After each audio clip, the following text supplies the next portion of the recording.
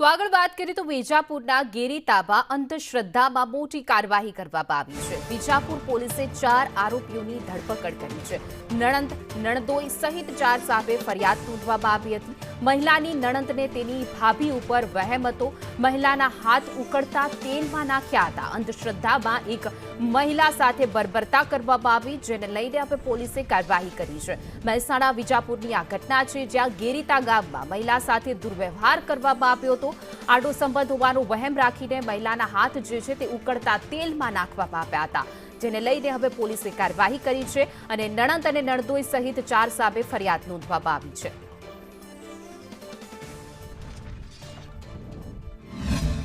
ફરિયાદી નીરુબેન ઠાકોર નાઓ ને તેમના પરિવારના સભ્યોએ તેમના કેરેક્ટર પર ખોટી શંકા રાખીને ગરમ તેલની કડાઈમાં તેમના હાથ ડૂબાડી તેમને ઈજા પહોંચાડી છે।